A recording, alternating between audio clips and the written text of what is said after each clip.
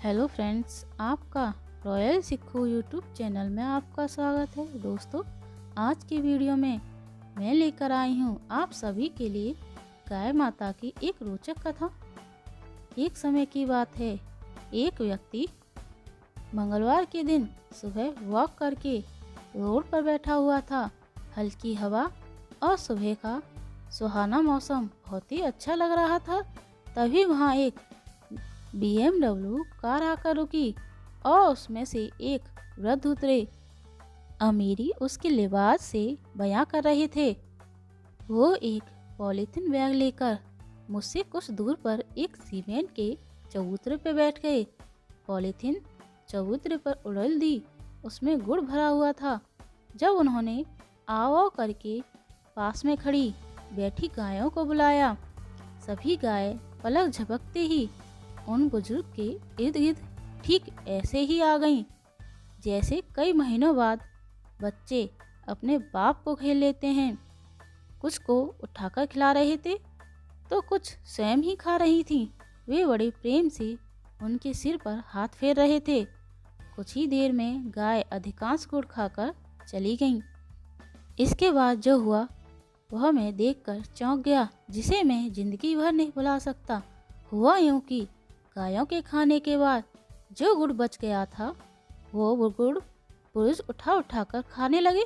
मैं उनकी इस क्रिया से अचंभित हुआ, पर उन्होंने बिना किसी परवाह के टुकड़े खाए और अपनी गाड़ी की ओर चल पड़े। मैं दौड़कर उनके नज़दीक पहुंचा और बोला, अंकल जी, क्षमा चाहता हूं, पर मैं अभी जो हुआ उसमें मेरा दिमाग घूम गया। क्या आप मेरी जिज्ञासा शांत करेंगे कि आप इतने अमीर होकर भी गाय का झूठा गुड़ क्यों खा रहे हो? उनके चेहरे पर हल्की सी मुस्कान उभरी। उन्होंने खिड़की वापस बंद की और मेरे कंधे पर हाथ रख वापस सीमेंट के चबूतरे पर आके बैठ गए और बोले, ये जो तुम गुड़ के झूठे टुकड़े देख रहे हो ना बेटे, मुझे इनमें स्वादिष्ट आज तक कुछ नहीं लगता। जब भी मुझे वक्त मिलता है, मैं अक्सर इसी जगह आकर अपनी आत्मा में इस गुड़ का मिठास घोलता हूँ। मैं अब भी नहीं समझा अंकल जी, आखिर ऐसा क्या है इस गुड़ में? वे बोले, ये बात आज से 40 साल पहले की है। उस वक्त मैं 22 साल का था। घर से कलह के कारण मैं घर से भाग आया था, परंतु दुर्भाग्यवश ट्रेन में कोई मेरा सारा सामान और पैसे चुरा ले गया। इस अजनबी शहर में मेरा कोई नहीं था। भीषण गर्मी से खाली जेब 2 दिन भूखे रहकर इधर उधर भटकता रहा और शाम को जब भूख मुझे लगने को आती थी, तब इसी जगह ऐसी ही एक गाय को एक महान भाव गुड़ डालकर गया। यहाँ एक पीपल का पेड़ हुआ करता था, तब चबूतरा नहीं था। मैं उसी पेड़ की जड़ों पर बैठा भूख से बेहाल हो रहा था। मैंने देखा कि गाय ने गुड़ छुआ तक नहीं और वह उठकर चली गई। मैं कुछ देर सोचता रहा और फिर मैंने वो सारा गुड़ उठा लिया और खा लिया। मेरी मृतप्राय आत्मा में प्राण आ गए। मैं उसी पेड़ की जड़ों में रात भर पड़ा रहा। सुबह जब मेरी आँख खुली तो काफ़ी रोशनी हो चुकी थी। मैं किसी काम की तलाश में फिर सारा दिन भटकता रहा, पर दुर्भाग्य मेरा पीछा नहीं छोड़ रहा था। एक और थकान भरे दिन ने मुझे वापस उसी जगह निराश, भूखा, खाली हाथ लौटा दिया। शाम ढल रही थी। कल और आज में कुछ भी तो नहीं बदला था। फिर पीपल वही भूखा मैं और वही गाय।